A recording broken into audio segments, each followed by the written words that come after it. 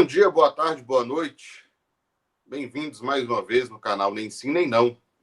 Hoje nós teremos a participação especial de um grande amigo meu, Daniel Durães.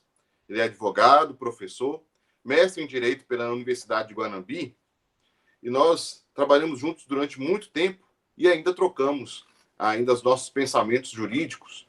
Nós discutimos muito sobre o rumo do Brasil a respeito das decisões do STF, bem como das alterações que vão acontecendo sobre o pensamento jurídico.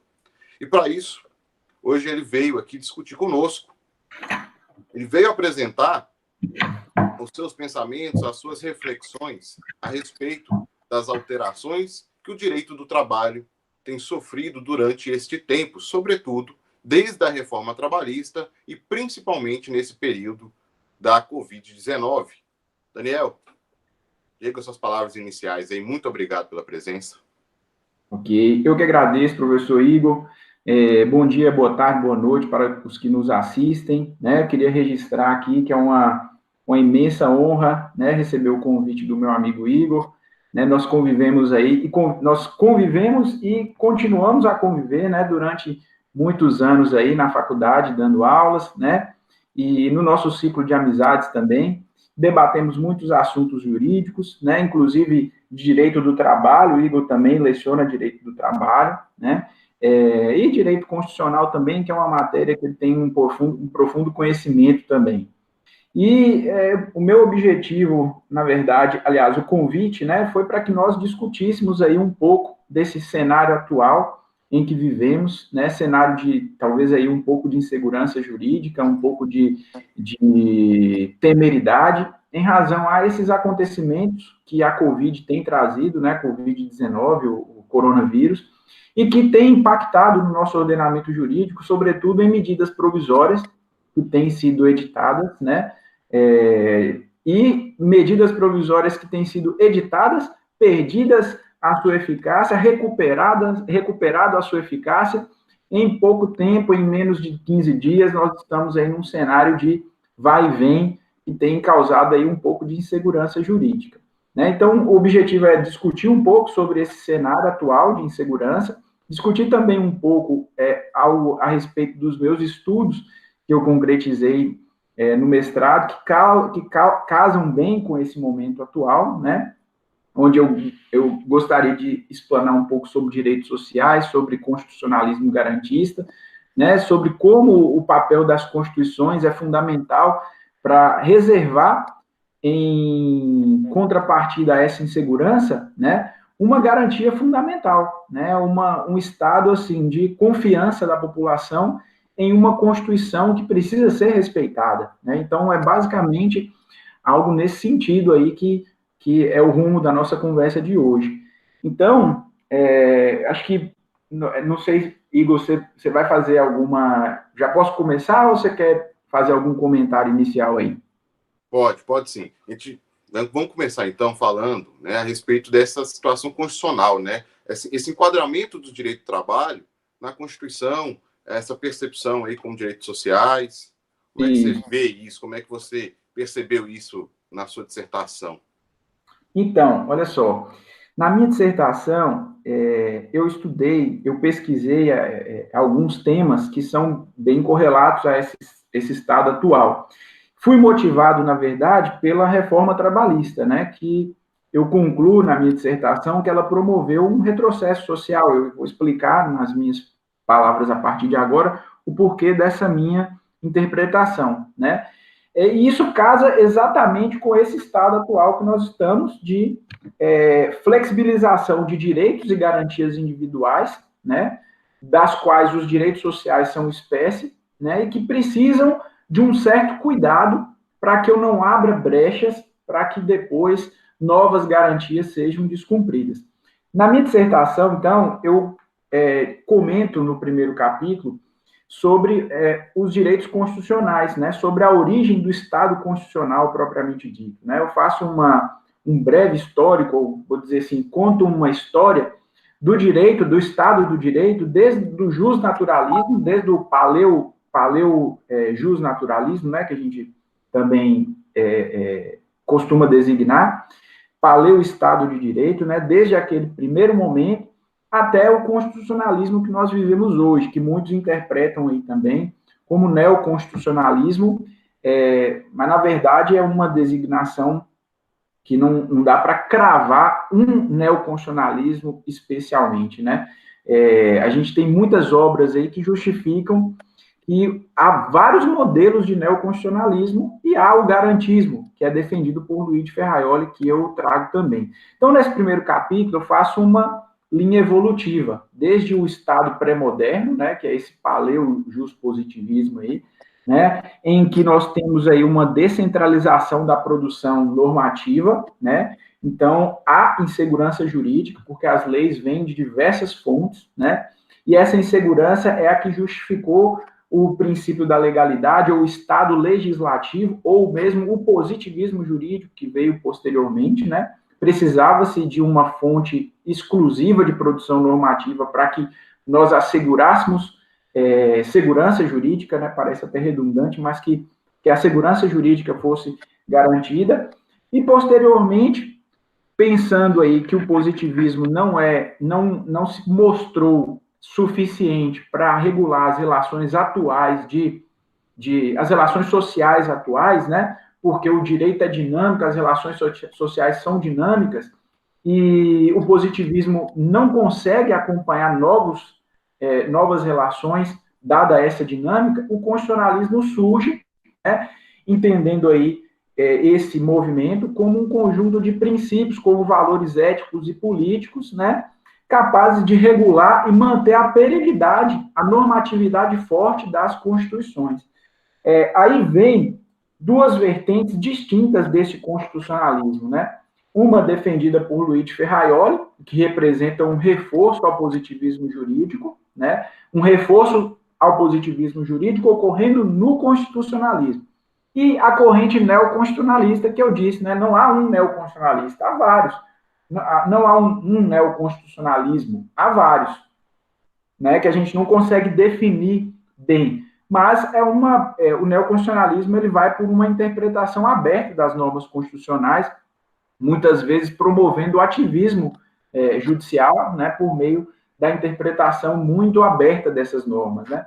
Já o positivismo, já o garantismo, né, de Luiz de Ferraioli, que representa um reforço ao positivismo jurídico, ele está mais focado necessariamente, né, num sistema de vínculos e limites formais e materiais ao ordenamento jurídico, né, inclusive como pressuposto de democracia, porque se essas leis foram eleitas, escolhidas, né, foram aprovadas por representantes do povo, essas leis precisam ser respeitadas. Essa é a vertente democrática que Luiz de Ferraioli defende. Esse primeiro ponto, eu acabo me deslocando para os direitos fundamentais sobre esse ponto de vista, né? Por quê? Porque os direitos fundamentais, eles são ali a ferramenta máxima da Constituição para a garantia desses direitos fundamentais, para a garantia desses direitos formais e materiais. Direitos fundamentais para Luiz de Ferraioli, Igor, são aqueles direitos considerados universais, independente de onde estejam no ordenamento jurídico. Pode ser que esses direitos estejam na Constituição, pode ser que eles estejam em normas infraconstitucionais ou até mesmo em tratados. O que determina ou o que classifica esses direitos como direitos fundamentais não é a sua posição, né? A sua posição é estritamente para os colocar como uma cláusula pétrea, por exemplo. Mas o que determina eles como direitos fundamentais não é a sua posição, e sim a sua universalidade. Se um direito é universal, ele é propriamente um direito fundamental. Essa é a visão de Luiz de Ferraioli. Daí eu consegui substratos jurídicos dogmáticos para sustentar que as normas previstas na CLT são direitos fundamentais. As normas previstas no texto da CLT são direitos fundamentais, porque são reflexos de direitos sociais que, por sua vez, são espécies de direitos fundamentais propriamente ditos, né? Eu só um minuto, só vou desligar meu celular aqui para não correr o risco de receber uma ligação e me perder no raciocínio. Sem problema. Então, esses direitos fundamentais, esses direitos sociais, eles são, na verdade, uma espécie dos direitos universais que são fundamentais. Daí eu busquei uma justificativa para essa proteção, né, desses direitos sociais. Depois eu parto para uma questão definidora ou conceitual do que seriam esses direitos fundamentais. Por quê? E por que isso é importante, propriamente dito, né? Por quê? Pelo seguinte, direitos sociais, né, eles são, pela dogmática tradicional, né, classificados como prestações positivas a cargo do Estado. É um fazer a cargo do Estado. Então, em tese, eles são onerosos, eles causam custos para a administração pública, né? Em dicotomia, há direitos de liberdade, ou também chamados de direitos civis e políticos, que, em tese, para essa mesma dogmática tradicional, os entendem como direitos negativos, né? Direitos de abstenção, em que o Estado, em tese, não tem efetivamente custos para a sua concretização. Inclusive, essa é uma ideia que remonta ao justnaturalismo, a teoria do Estado mínimo, né? Porque na teoria do Estado mínimo, o Estado só é provedor de proteções a direitos individuais, de proteções a liberdades.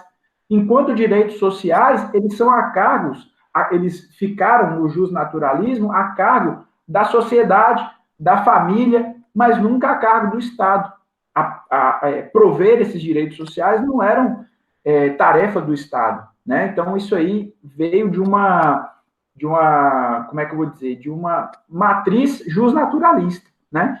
Então, os direitos sociais, eles, pela dogmática tradicional, que eu estou dizendo, né, se opõem aos direitos individuais, porque são caracterizados como prestações onerosas, prestações positivas, enquanto os direitos econômicos, desculpa, os direitos de liberdade são prestações negativas, em que o Estado não intervém. É a questão do Estado mínimo que eu acabei de dizer para vocês. Então, o que acontece? O erro não, vou usar uma expressão menos contundente. O detalhe dessa dogmática tradicional foi descoberto, foi explorado bastante por dois autores norte-americanos, né? Cass Sunstein, né, que é um dos autores, e Stephen Holmes, que também são os dois autores que investigaram esse detalhe, né, que falta para essa dicotomia direitos positivos e negativos. Para esses autores, todos os direitos, né, são onerosos a cargo do Estado. Não é possível eu separar direitos positivos e negativos quando se fala em direitos de liberdade e direitos sociais, ou direitos civis e políticos e direitos econômicos, sociais e culturais. Não há como estabelecer uma dicotomia. Todos os direitos, eles são onerosos para o Estado.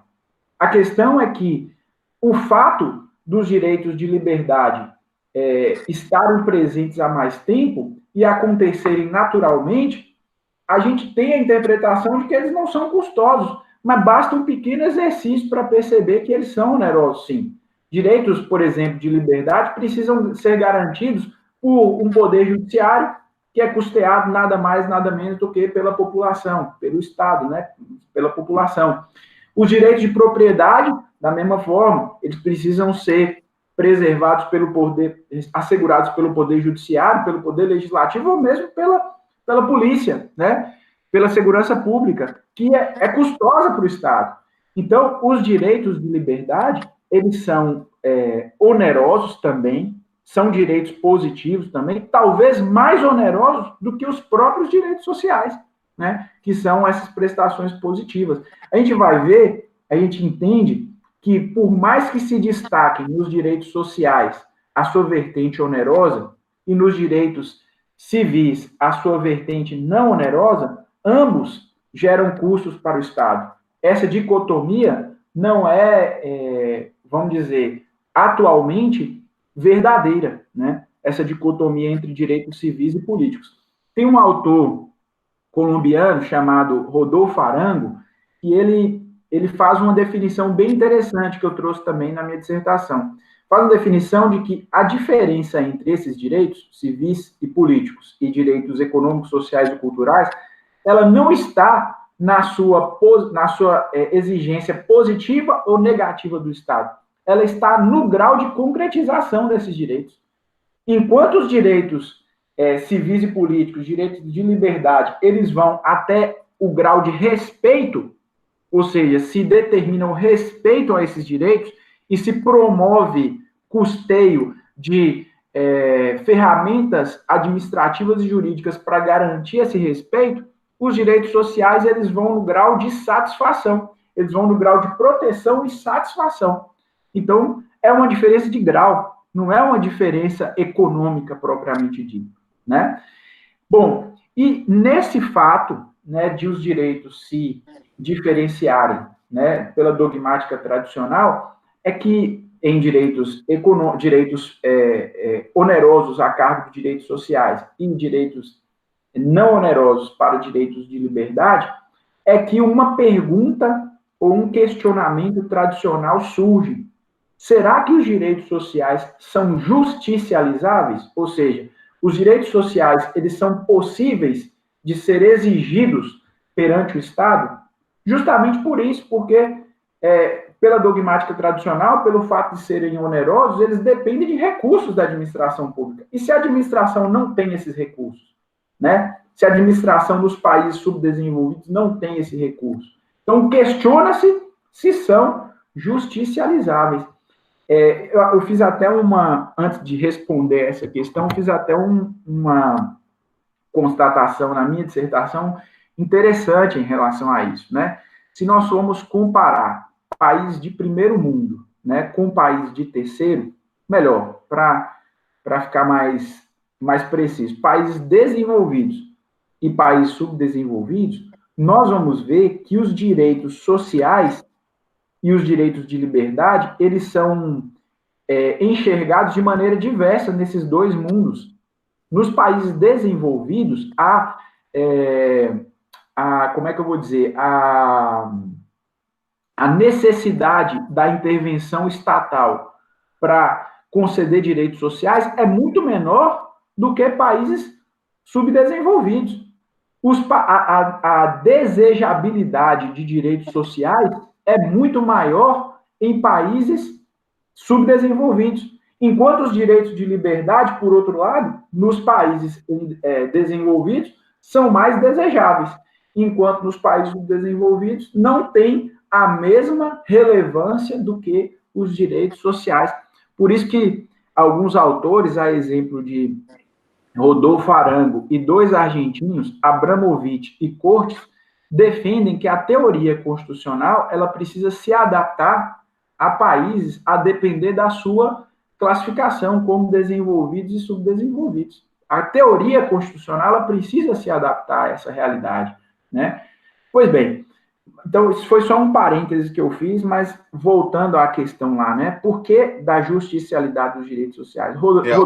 Antes de falar do porquê, chama a atenção quando você aponta, por exemplo, essa diferença aí de estrutura econômica desses países. Se não me engano, Acalá, um autor espanhol, ele coloca exatamente os direitos sociais, eles só servem para promover igualdade. E esse só, né, ele vai explicando que ele só vai ser necessário quando a desigualdade for de tal forma que as pessoas sozinhas não conseguem se desenvolver. Então, eu preciso desse Estado trabalhando forte em direitos sociais exatamente quando o indivíduo, por suas próprias forças, não conseguirá sair daquele estágio. Estágio 1, por exemplo, para o estágio 2, para ele vai ser tão custoso que sozinho ele não consegue.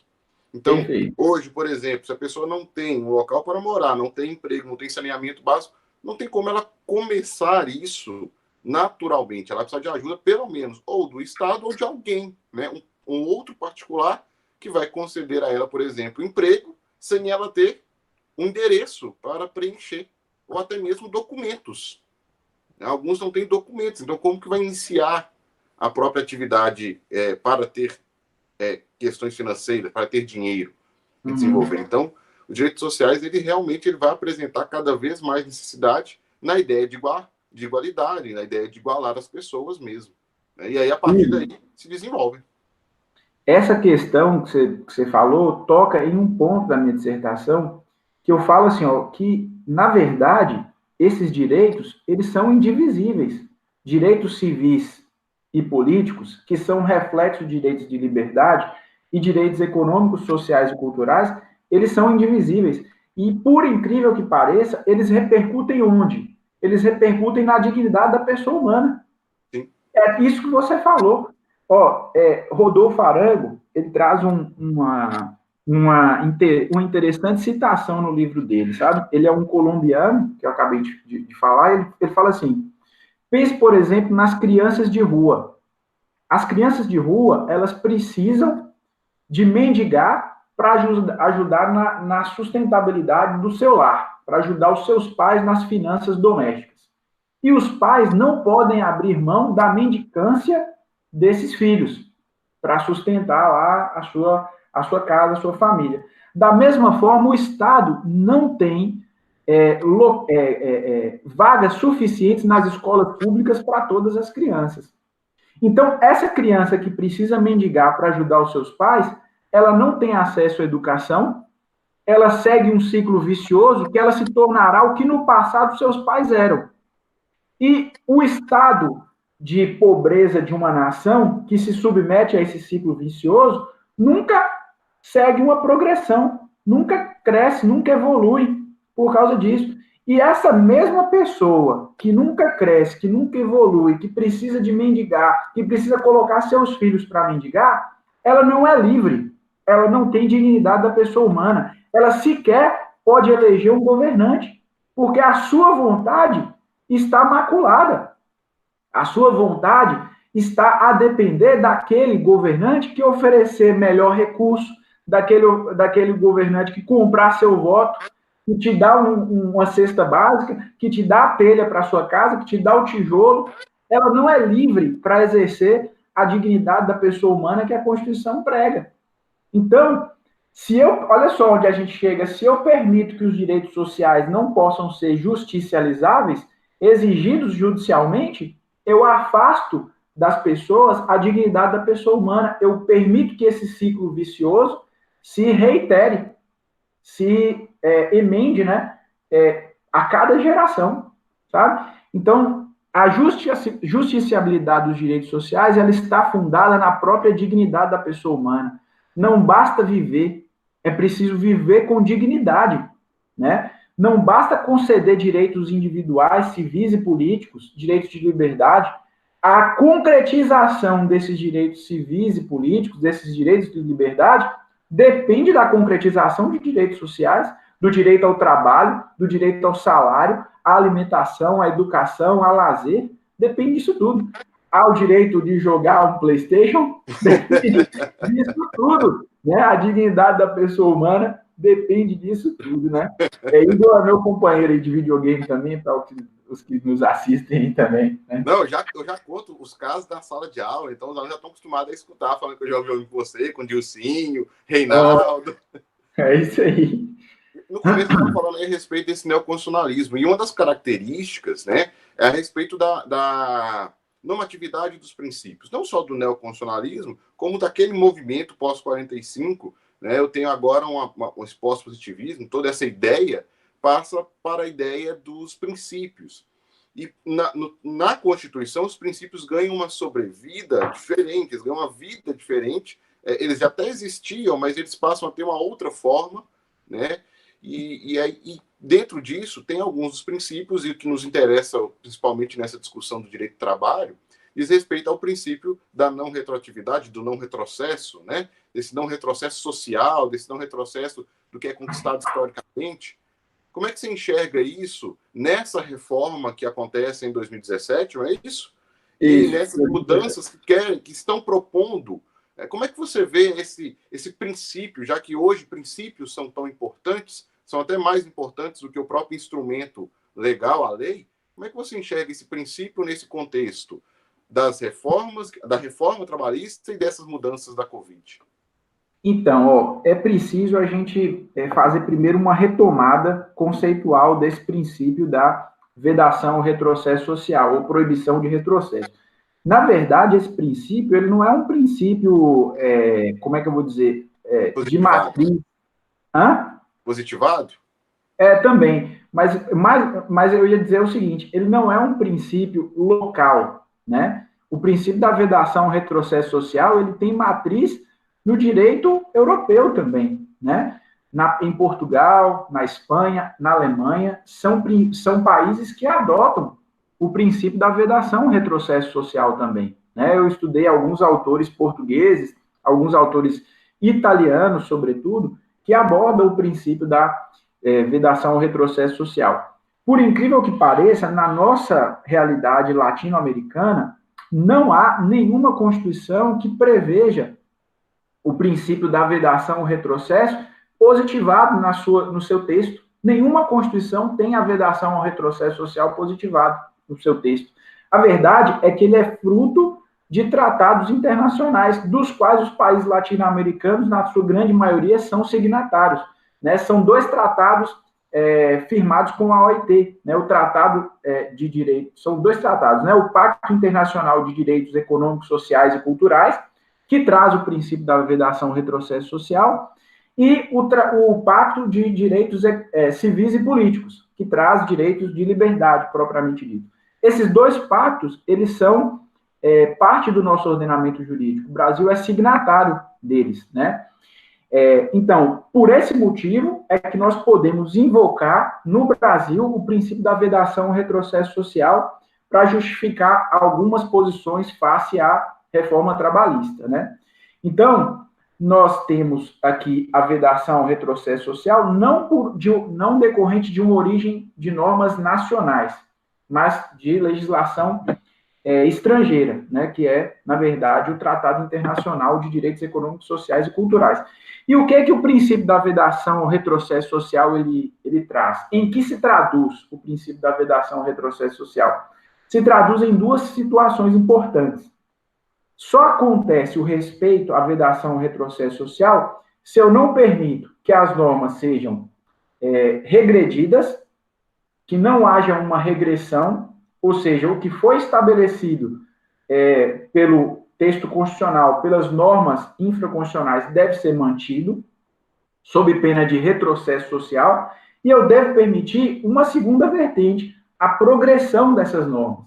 Então, o princípio da vedação ao retrocesso social, ele não é somente vedar o retrocesso, ele promove a progressão de direitos.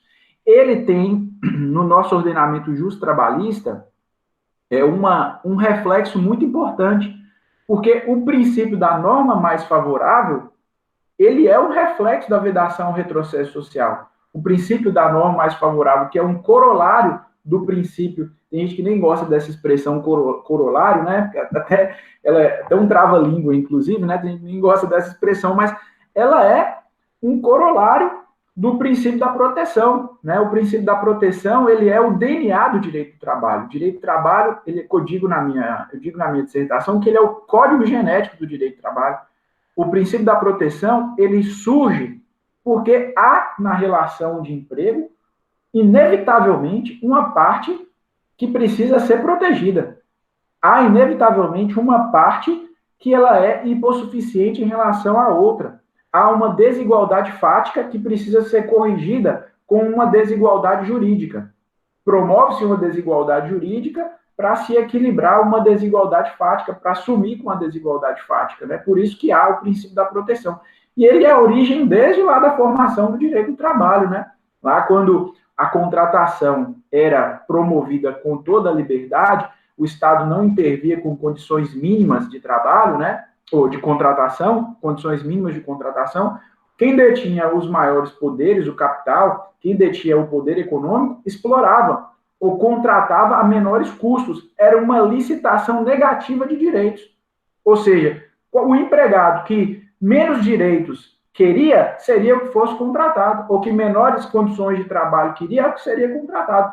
É uma corrida, tem um Marco Túlio Viana, que é um professor da UFMG, que eu também cito na minha dissertação, ele fala que isso é uma corrida para o fim do poço, né? Essa forma de contratação, quando a liberdade nos parece ser positiva, mas não, essa liberdade promove desigualdade.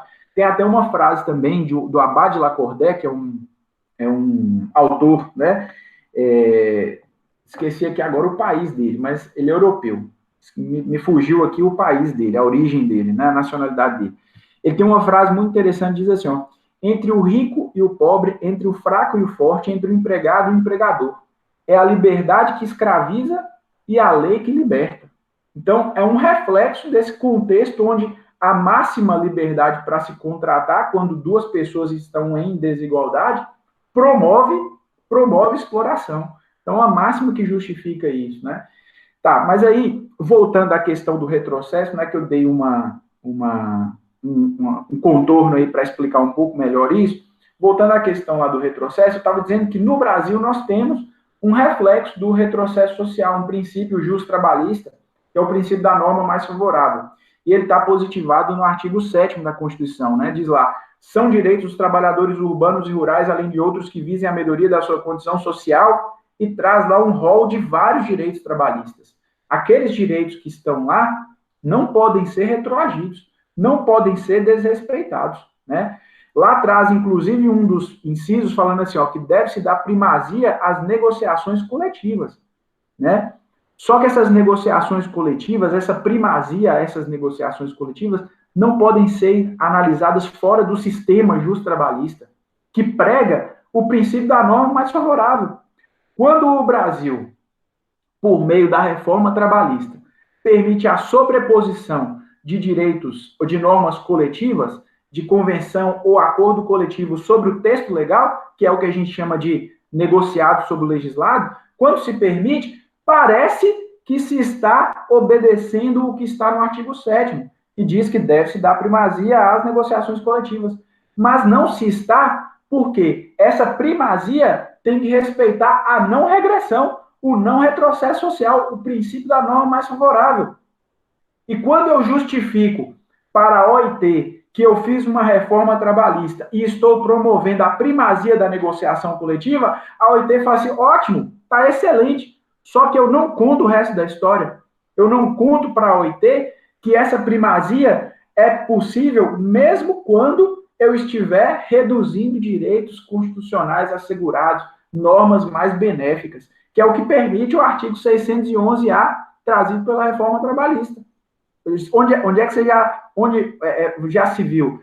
Por exemplo, eu estou submetido a uma condição insalubre de trabalho e eu posso pactuar com o meu sindicato, os sindicatos podem pactuar que mesmo eu estando num grau máximo, 40%, posso vir a receber um grau mínimo de 10%. Então, se isso não é retrocesso social, o que dizer ainda da eliminação lá das horas itinerárias, que nós não temos mais? O que dizer do banco de horas, que eu posso fazer agora por acordo individual? Aquele empregado que, em um mês de trabalho, estava acostumado a receber suas horas extras, agora pode, por acordo individual, promover banco de horas por 6 meses. Aquelas horas extras trabalhadas hoje podem ser compensadas daqui até 6 meses. As de amanhã, a contar de amanhã, daqui até 6 meses. O banco de horas já era permitido, mas era preciso que se trabalhasse por meio de convenção, acordo coletivo. E se permitiu com a reforma trabalhista a pactuação individual dessa combinação, né? Bom, e então eu concluo, né, que essa reforma tem vários outros fatores aí que a gente gastaria bastante tempo para discutir aqui.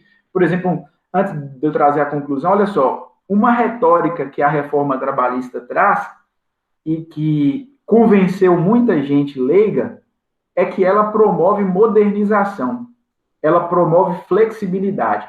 Essas palavras, elas são de duplo sentido. Essas palavras, elas são polissêmicas, né? Porque se você analisar, quando você fala em modernização, soa aos nossos ouvidos como algo bom, algo maravilhoso. Modernização é bom demais, é algo de vanguarda, talvez seja melhor e tal. Traz essa. Então, eles trabalharam muito essa palavra modernização, trabalharam muito a palavra flexibilidade, porque flexibilidade é o contrário de rigidez, né? Nós que que somos um país aí marcado por regimes totalitários no passado e que trazem aversão a muitas pessoas, né? Quando a gente vê a palavra flexibilidade, a gente já lembra de flexibilidade como sendo o contrário de uma ditadura. Flexibilidade é bom, né? Liberdade é maravilhoso, uma outra expressão utilizada pela reforma trabalhista por quem defendeu. Então, essas palavras polissêmicas, elas causaram em alguns a sensação da reforma ser algo positivo. Mas quando se estudou a fundo, se percebeu que não é algo positivo. A reforma promoveu muito, houveram algumas alterações positivas? Houveram, mas houveram outras tantas mais ainda prejudiciais.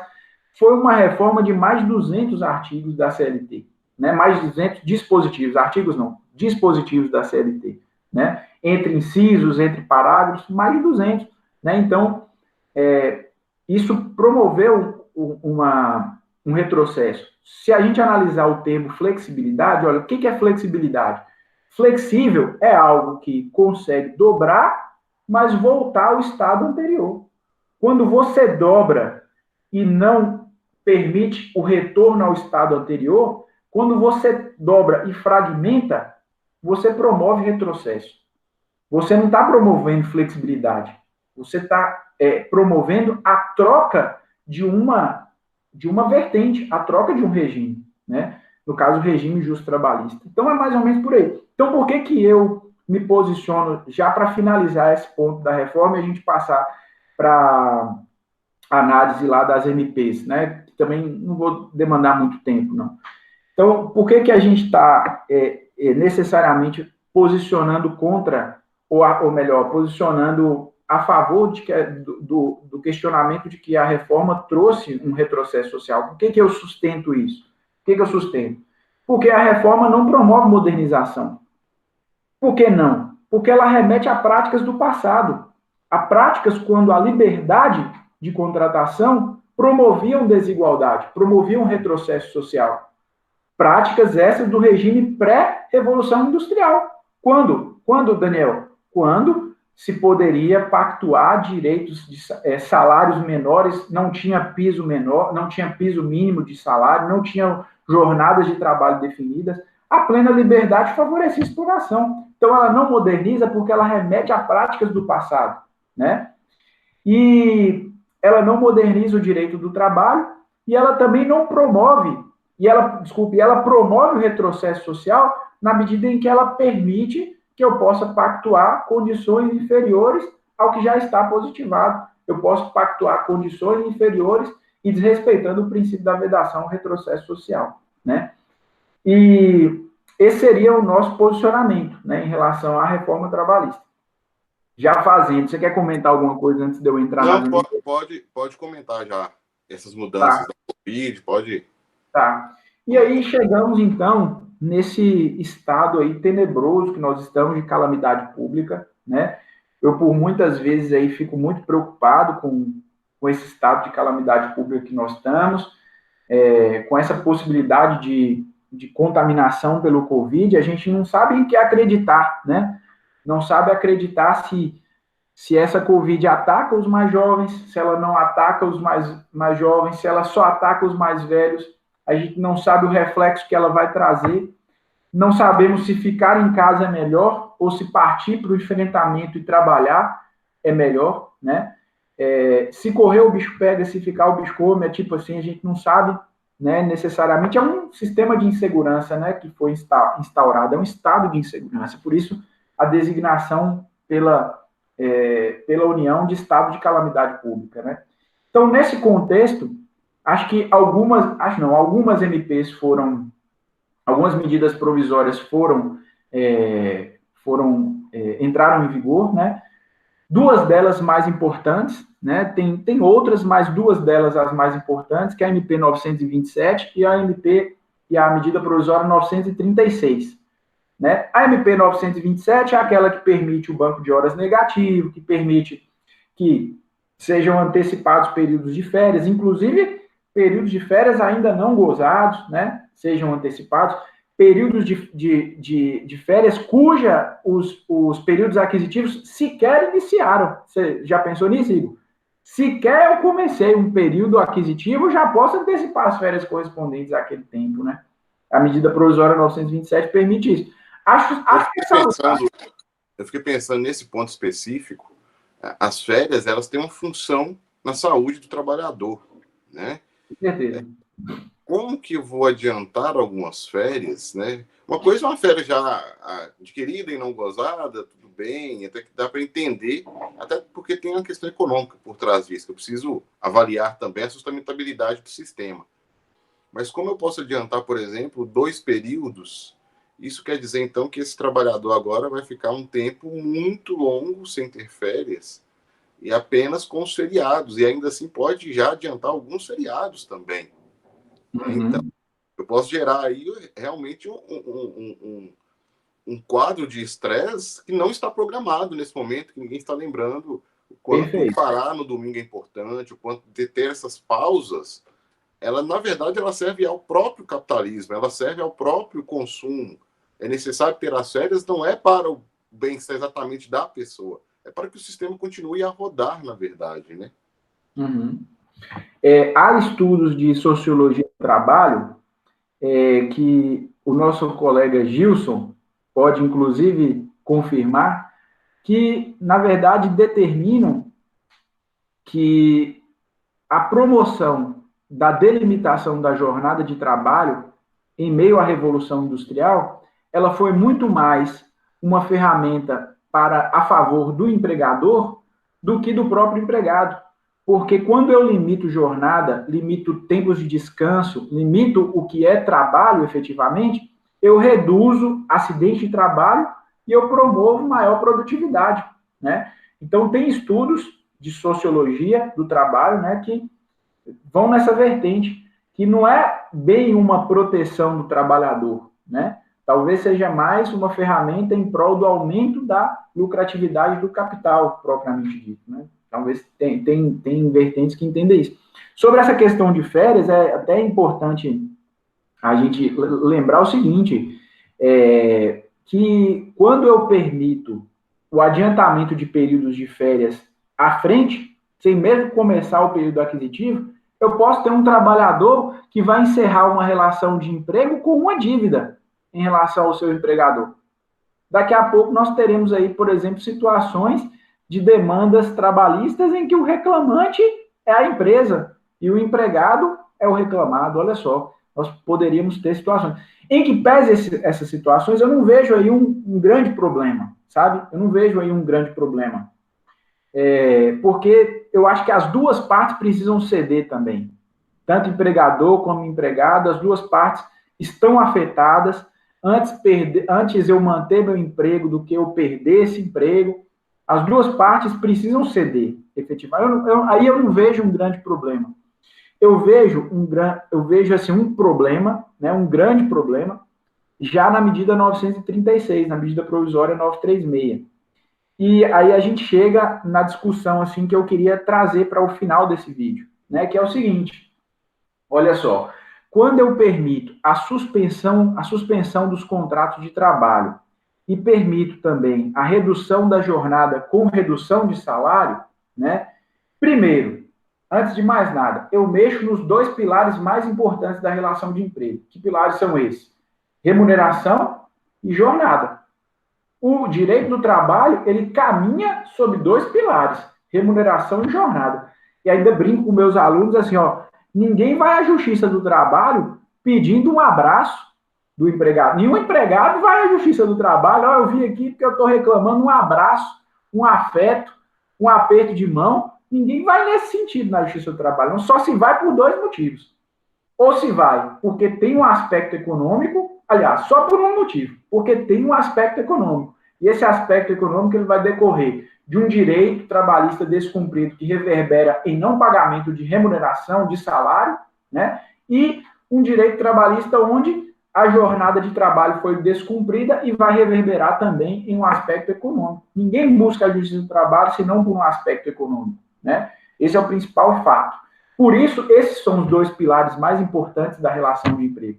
E a Constituição, no artigo 7º, inciso, se não me engano, 6º e o 13, acredito que são esses, 6º e 13, fala que salário só pode ser reduzido por meio de convenção coletiva, jornada de trabalho só pode ser reduzida por meio de convenção coletiva, mas de acordo ou convenção coletiva, na verdade, né? Podem ser alterados por meio de instrumento coletivo, né? Só que um detalhe, a presença disso no artigo 7º nos remete àquela questão de que eu posso reduzir jornada e salário para manutenção de emprego, quando isso representar um benefício para o trabalhador e manutenção da saúde e existência da empresa. Né? Pensa, por exemplo, em uma multinacional, essa multinacional, antes dela demitir em massa, antes permitir que ela, por meio de acordo coletivo com o sindicato dos trabalhadores, promova ali uma redução de jornada e de salário para que isso seja superado, para que a dificuldade econômica seja superada e mantidos os empregos. Então, ali está os limites para eu mexer nos dois pilares mais importantes da relação de emprego, jornada e salário. É como se eu tivesse numa autoestrada e aquelas tartaruguinhas ali, né, aqueles sinalizadores que ficam no meio da via, fossem os meus limites. Quando o veículo vai passar por cima daquilo ali, ele faz aquele barulho para mostrar que eu estou diante de uma cláusula pétrea, que eu estou diante de algo que eu não posso descumprir, que eu não posso respeitar, eu estou diante dos limites materiais e formais de uma Constituição, né? Então, a medida 936 trouxe um fato, ao meu ver, um pouco temerário, que é a possibilidade de eu poder, por meio de acordo individual com o meu empregado, pactuar suspensão de contrato de trabalho e redução de jornada. Matérias que a Constituição determina que é necessária a participação sindical, né? Então, vejo de uma forma um pouco negativa isso que a medida... professor, mas tudo bem, mas a medida provisória ela veio para um estado de calamidade pública, ela veio para uma situação de emergência, sim, mas a pergunta que eu faço é até que ponto essa situação de emergência me permite o descumprimento de direitos constitucionais. Né? Para mim, direitos constitucionais só vão poder ser desrespeitados em casos de estado de sítio, em casos de estado de sítio e estado de defesa. Estado de defesa, estado de sítio e estado de defesa. Né? Não é o caso, é o estado de calamidade pública decretado, que não autoriza o desrespeito a direitos constitucionais. Né? Então, essa MP veio permitir isso e foi proposta aí uma ADI. Né? Aliás, foi proposta uma ADI em que o STF, né, julgou essa ADI através e teve como relator o ministro Lewandowski, né, que em deferimento de uma liminar, né, determinou que os sindicatos precisariam ser invocados para que a redução de jornada e a suspensão do contrato de trabalho pudesse ser lícita. Então, determinou licitamente ali que aqueles dispositivos descumpriam a Constituição, né? Determinou em regime liminar que aqueles dispositivos descumpririam a Constituição, né? Entendo uma decisão acertada, né? Entendo uma decisão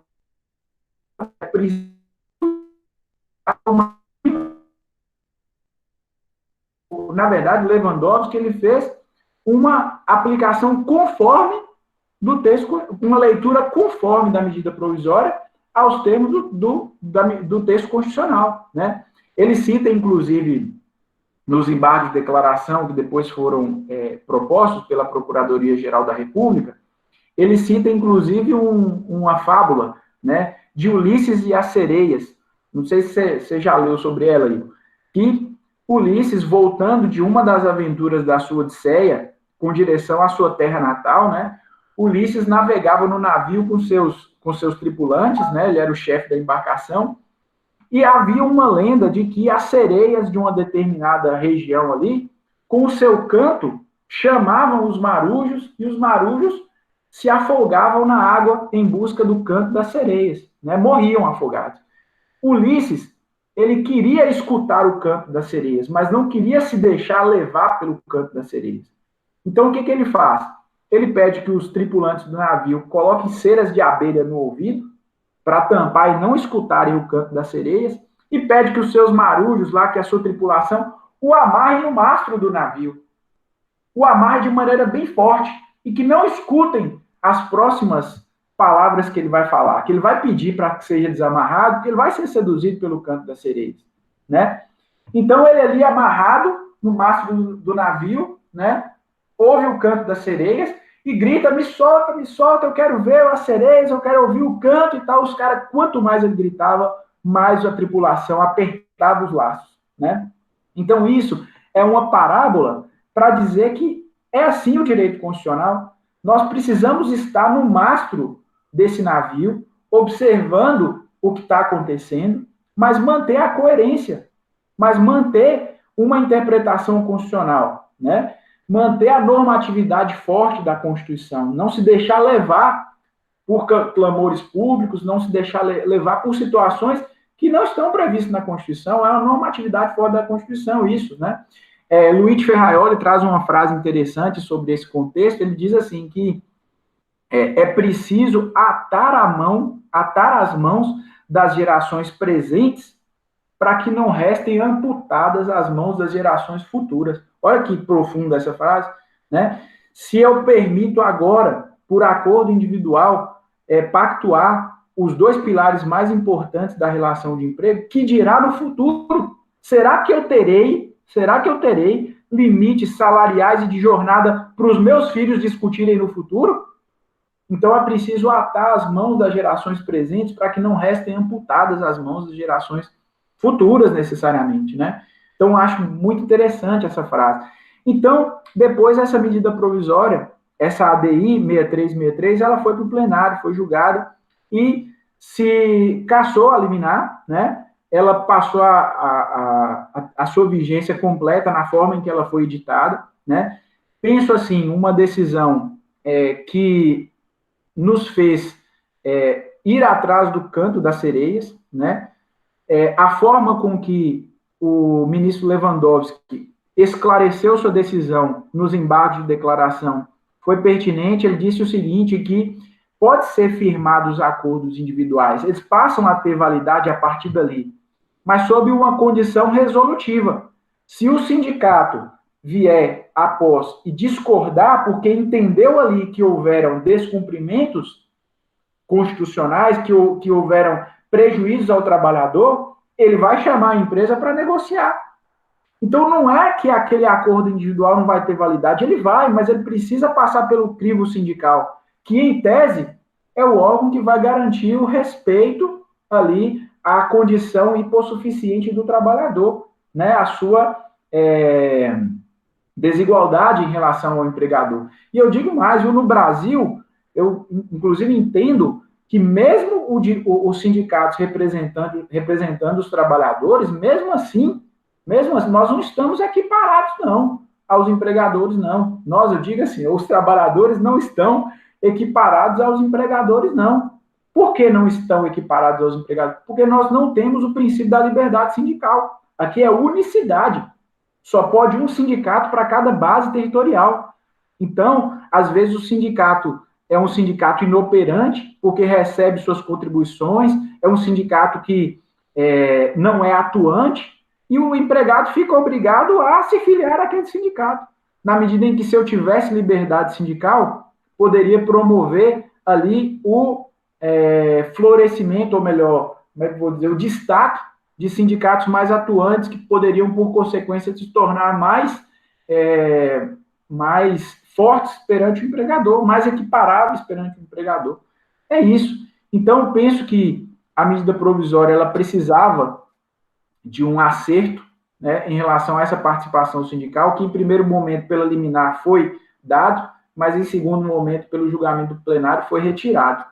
Então, me posiciono assim, contrário a esse enfraquecimento sindical, né, a essa retirada da necessária e constitucional participação coletiva de quando se trata de pilares da relação de emprego, remuneração e jornada de trabalho. Mas é isso. Esse aí seria o meu posicionamento aí em relação a essa 936, em relação à reforma trabalhista, seria basicamente isso aí. Daniel, muito, muito obrigado. Foi muito bom esse papo. É muito bom discutir com você sempre. Muito conhecimento, a gente sempre aprende muito. Diga aí suas palavras finais, deixe seus contatos para quem quiser te seguir. Você tem feito lives aí, tem dado conteúdo às pessoas. Então, deixe aí seus contatos, diga suas palavras finais e agradeço mais uma vez. Então, antes de finalizar, eu queria primeiro, né, mais uma vez agradecer ao seu convite, Igor. Você é um amigo muito especial para mim, né? Muito importante para mim, no meu período de dissertação também. Com você também aprendo muitas coisas, né? Então, assim, foi muito, sua amizade para mim é muito importante. Então, queria te agradecer pelo convite, né?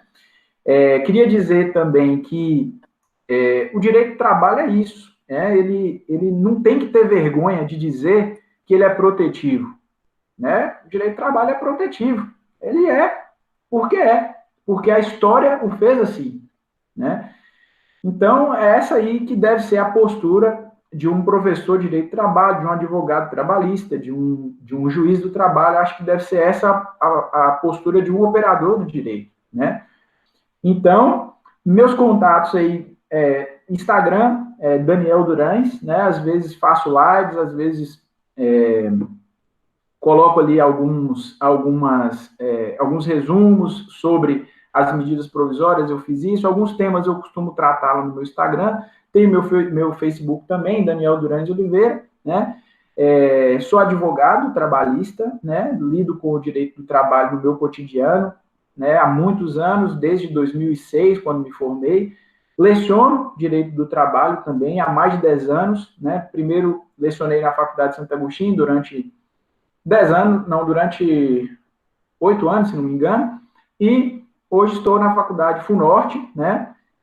Leciono lá há 2 anos Direito do Trabalho também, né? E processo civil também é uma das áreas que eu atuo bastante, né? Direito de família, direito empresarial também é uma das áreas que eu atuo bastante.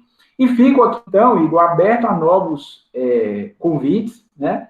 Obrigado mais uma vez, né? Desejo a este canal muito sucesso, né? Que muitas outras entrevistas sejam dadas aqui, que os inscritos aumentem, que as curtidas também, né? E sigamos em frente, porque nem sim, nem não. O microfone. Muito obrigado, Daniel. Muito obrigado a todos que nos acompanharam. Fica aqui os agradecimentos. E como o Daniel disse, se inscrevam aí, curtam, divulguem. Conhecimento não deve ficar restrito, deve ser sempre divulgado. Muito obrigado, pessoal. Até mais. Até mais.